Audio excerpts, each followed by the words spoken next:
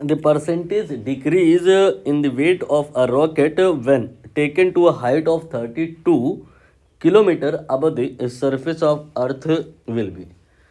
Summary क्या है कि एक रॉकेट है, उसको 32 किलोमीटर की हाइट पर हम ले गए हैं। ऐसा लग रहा है कि ये रॉकेट बहुत हाइट पे चला गया है, बट ये हाइट अभी भी 0 ही है लगभग, क्योंकि कंपैरिजन रेडियस ऑफ अर्थ से होने वाला है जो कि 6400 किलोमीटर होती है।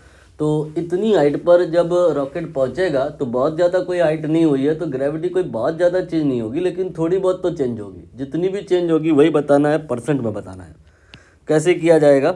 यहाँ पर हाइट पर जो ग्रेविटी निकालने का फॉर्मूला होता है वो होता है g H equal to g divided by 1 plus H by R square. ये formula for all values of H valid होता है, but if values of H are very small compare to R, then इस फार्मूले की शक्ल बदल जाती है और वो हो जाती है like this 1 minus 2h by r. यहाँ पर बाइनोमियल अप्रॉक्सीमेशन वगैरह लगते हैं जो कि दूर से दिख भी रहे हैं। यहाँ पर आपने जो पावर 2 है न्यूमरेटर में लाना है तो -2 हो जाएगा और फिर -2 इस h बाई आर में मल्टीप्लाई हो गया है। और अब हम यहाँ पर बात करेंगे जी में होने वाले परसेंटेज चेंज की। तो वो कैसे निकलेगा? सरफेस पे आपकी ग्रेविटी मान लो जी एस थी और आप हाइट पर आए तो ग्रेविटी आपकी जी एच हो गई, तो चेंज कितना हुआ? ये हुआ जी h minus g H, final minus initial. और अगर कोई पूछे परसेंट में कितना हुआ, तो पहले आप जी एस से डिवाइड कर लो। ये हो गया आपका डेल्टा जी और ये हो गया डेल्टा जी बाई जी, ये आपका रिलेटिव चेंज आया। परसेंट में निकालने के लिए क्या करेंगे? इसी में 100 से मल्टीप्लाई कर लेंगे, g h minus g s divide by g s into 100। I think clear हुआ होगा। तो अब आप यहाँ पर कोशिश करो any how to calculate the value of g h minus g s and divide by g s. बहुत आसान है, जैसे कि इसको हम अगर अलग अलग डिवाइड कर लें तो ये हो गया जी h divide by g S -1, ठीक है। और ये जो टर्म है g H by g S यहाँ दूर से ही दिख रहा है, कितना आ रहा है? ये आ जाएगा g h divide by g s will be 1 minus 2h by are.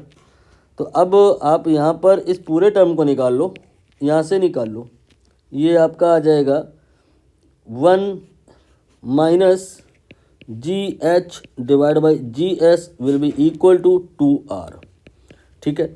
और इसके बाद में हम चाहे तो एलसीएम ले सकते हैं, तो G S minus g H divided by g S, ये हो गया 2h बाई आर, ठीक है।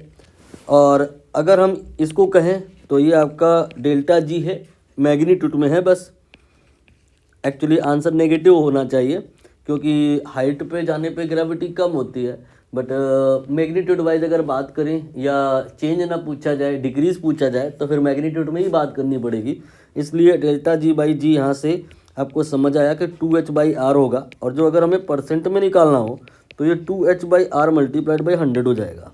आपने अपने प्रश्न के लिए फॉर्मूला रेडी कर लिया है, अभी तो बस वैल्यू पुट करनी है। h की वैल्यू 32 है और r की वैल्यू 6400 है और मल्टीप्लाइड बाई 100 है। ये 64 है और ये 64 100 है, तो ये आपका 100 आया और 100 से 100 कैंसिल हो गया। सीधा सीधा स्ट्रेट फॉरवर्ड आंसर है 1%।